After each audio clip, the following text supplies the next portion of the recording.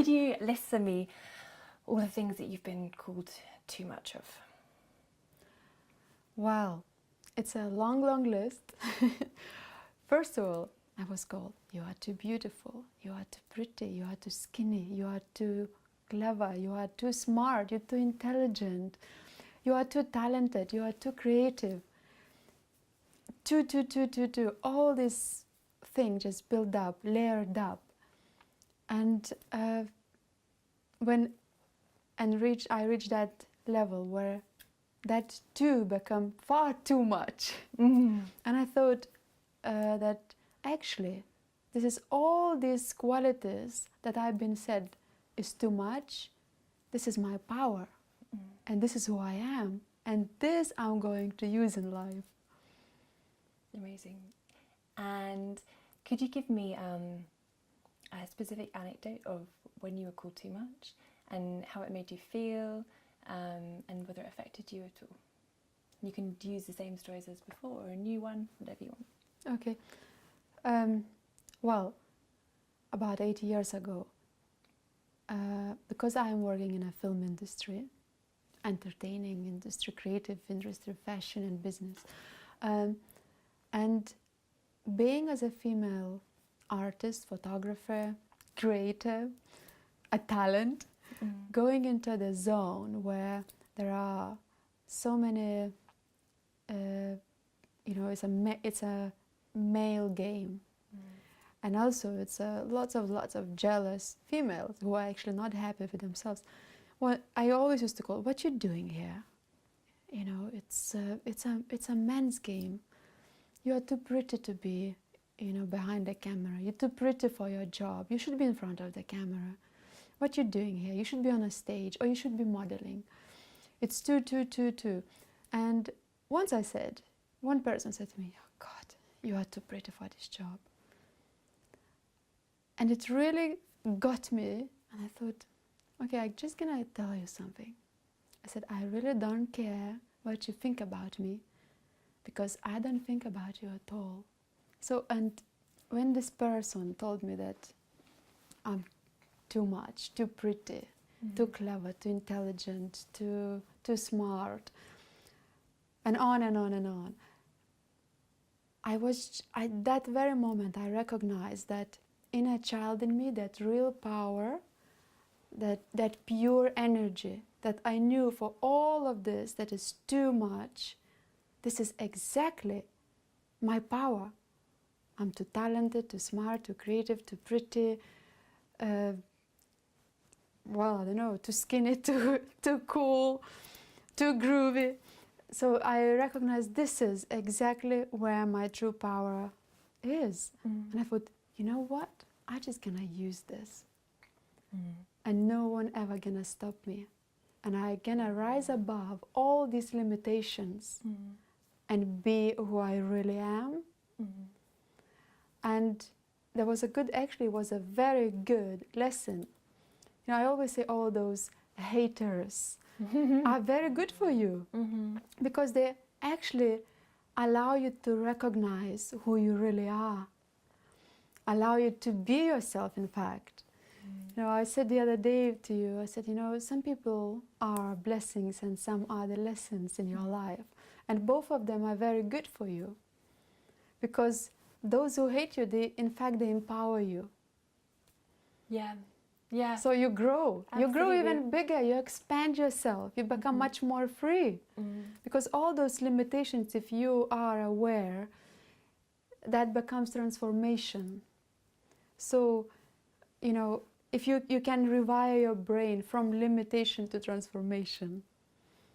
So all these things are good for you, even if it's worse sees at that time.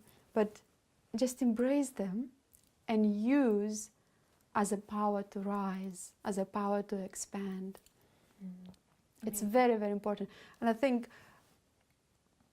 once you embrace that power, it's so pure, the energy within you, that nothing and nobody can really affect you in any ways. Everyone else's interpretation of their own reality is theirs, how anyone feel about you. It's not you. It's their feelings about you. So their interpretation about you. But also it's a reflection of who other people are. And you don't need to engage with that energy. You don't need to engage with this very low vibration. In fact, you rise above that low vibration. You enter that source of energy where lots of people are on this level, on this source of vibrational level. And you asked me a question before. I remember, how you attract these people.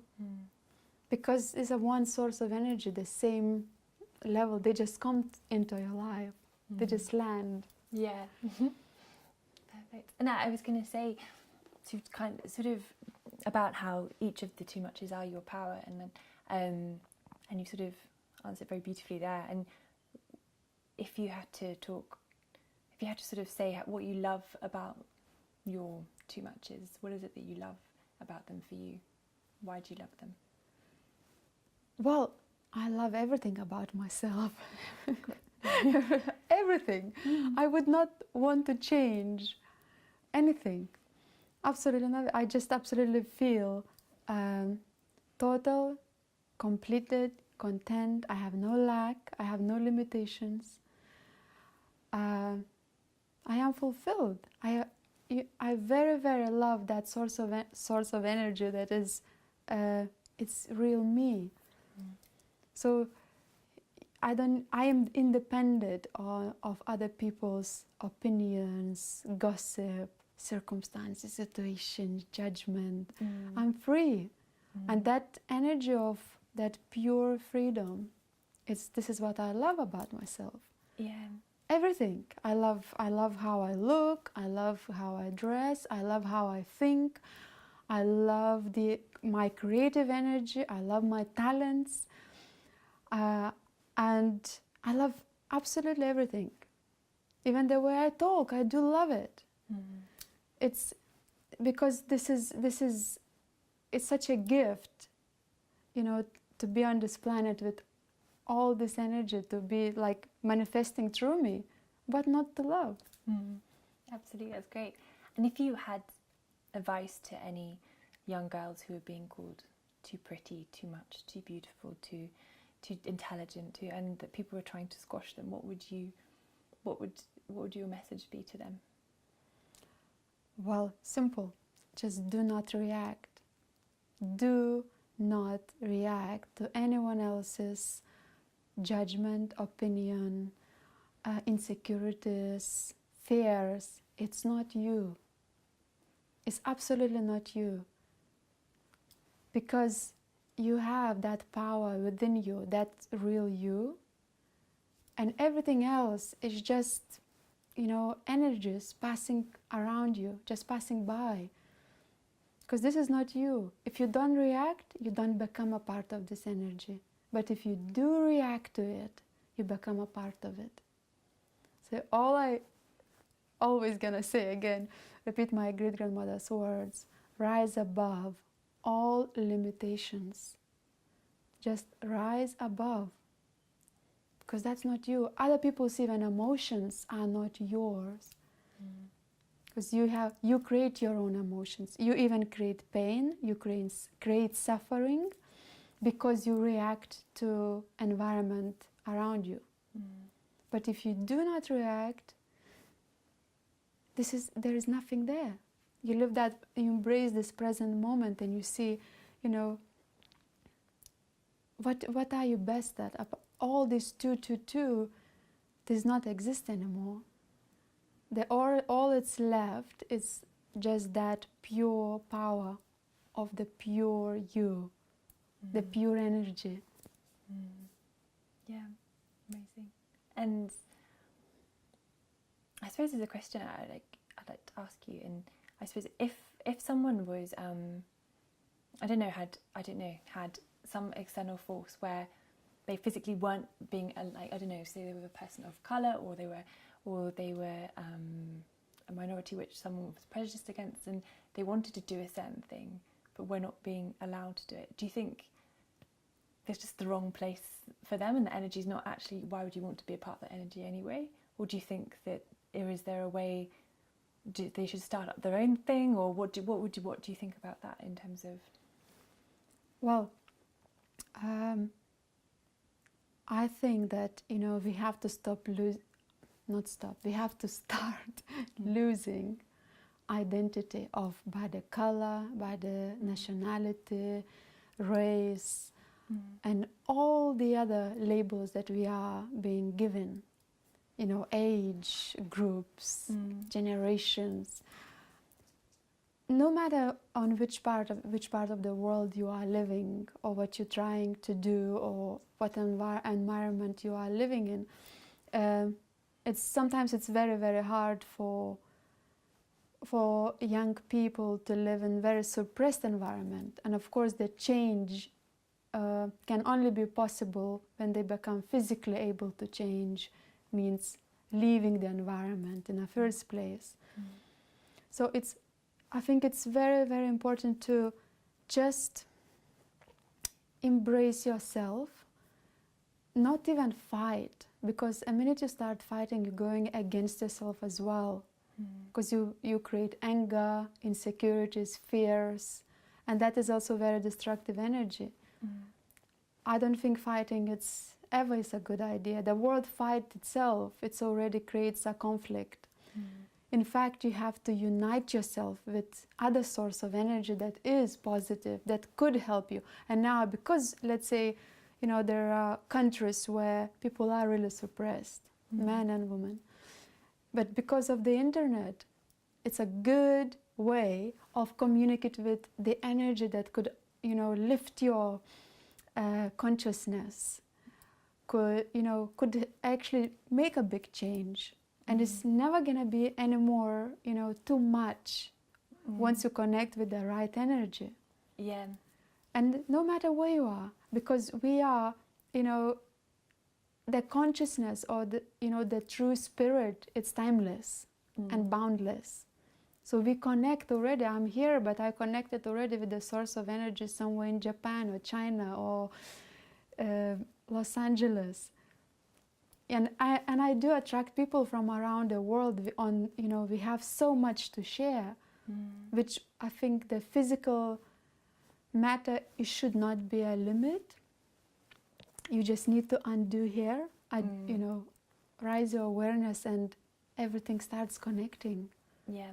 It's as simple as that. Yeah. Well, I just would like for everyone, every woman and every man to, if you want to really make some sort of powerful change in this world, you have to start changing within you, but really finding your true self. It doesn't take long. It's not sort of something very, very dramatic, but it can be dramatic change if you get in touch with your core, your real inner core, and the change will happen like that, just in a matter of seconds, where when you feel completed, pure, total, manifested, the whole energy, and your vessel opens up because you get in tune with that source of energy, and everything just comes, only good things starts coming to you, because you don't have lack anymore. You don't look for anything because you already got it. It's already yours. All the cosmos, it's already within you, so you are part of everything. So in that case, you can fulfill your purpose in life by using this energy, whether it is business, creativity, all sorts of talents. No matter what you do in life, you can use this energy as your total fulfillment, manifestation on this earth, and many other lives, of course. Well, it's boundless and endless, but use that energy. Use not the ego. I think things should not be mixed up. Not the ego that rises above, but limitations. The energy, it has to be pure, not judgmental, not that it's low vibration, but it's a higher vibration. Mm. And everything happens. It's a proof it happening to me all the time, even now talking to you. Yeah, absolutely.